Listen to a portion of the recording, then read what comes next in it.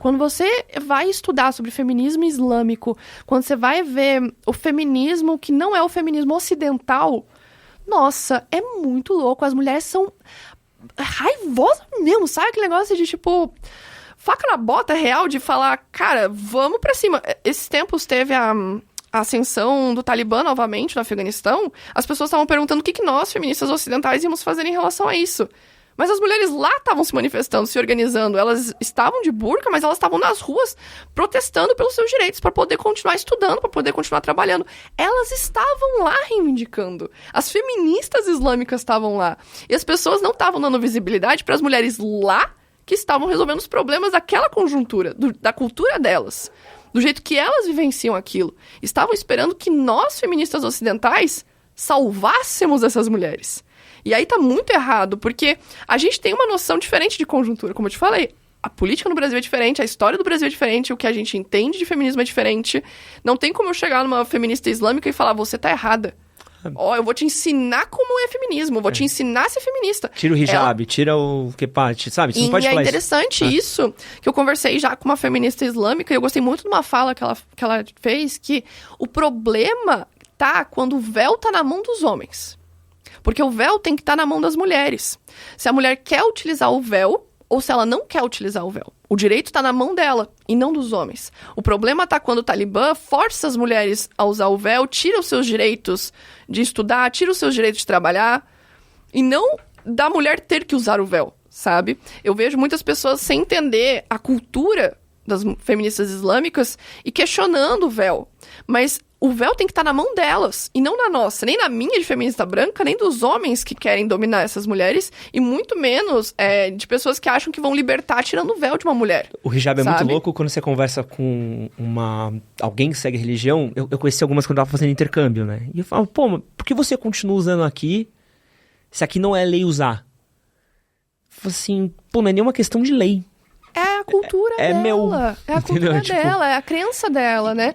Por exemplo, nós temos, eu não me lembro se é na católica, mas existem mulheres que usam o véu quando elas vão só que é aquele véu branco, né, que vai por trás. Então, quem sou eu pra chegar numa igreja e falar, tira o seu véu? É a cultura dela, é a crença dela, é o que ela acredita. E daí o problema tá em pessoas que querem que esse véu não esteja na mão dela. Definido, por exemplo, quando os Estados Unidos ocupou o Irã, muitas pessoas viram as fotos das mulheres usando calça jeans, saia, coisas que eram extremamente diferentes da cultura delas, regional.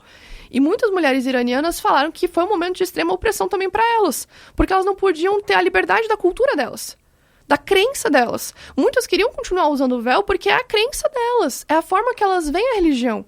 E outras vão dizer, não, eu não quero usar. E é isso que a gente tem que entender, que o véu, ele não tem que estar na mão dos homens, tem que estar na mão das mulheres que vão decidir se ela quer ou não quer usar o véu. E não tem que existir uma lei que obriga ou desobriga, porque, por exemplo, feministas islâmicas, quando vão para os Estados Unidos, em muitos lugares, a galera vai lá e tenta arrancar o véu delas. Isso é um desrespeito enorme com a cultura e com a crença delas.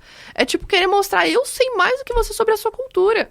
E isso é muito errado, porque imagina fazer isso, é a mesma coisa que chegar numa aldeia indígena e falar, não, tirem suas pinturas, botem todos calça jeans, botem todas as roupas, porque eu estou vindo salvar vocês. Não, não é assim. A gente não tem que ter essa vibe de querer salvar essas mulheres, porque elas têm suas pautas, elas têm agenda, elas têm suas reivindicações, e a gente tem que ouvi-las. Muito mais do que falar do que elas têm que fazer, de como que elas têm que fazer, de como que elas têm que se organizar, é ouvir como que elas estão se organizando, qual que é a cultura delas, qual que é a religião delas, o que elas acreditam, quais são as reivindicações delas, porque podem ser diferentes das minhas. Eu não sou islâmica para saber como que é a religião, eu não sei direito sobre hijab, eu não sei por que elas usam.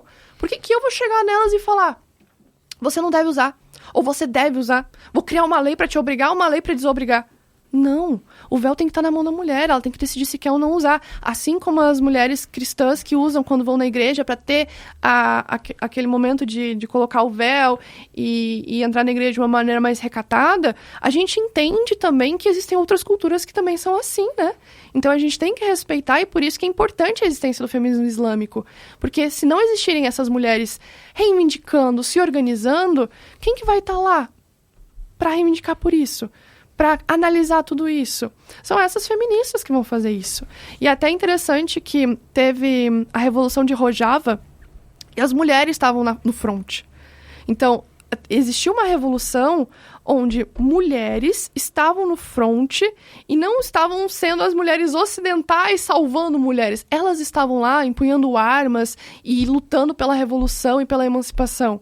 Então, a gente tem que, às vezes, prestar atenção nesse feminismo que não é ocidental, que é um feminismo que a gente muitas vezes não conhece e que acha que nós temos que salvá-las, guiá-las, instruí-las, como se elas não soubessem do que elas estão fazendo.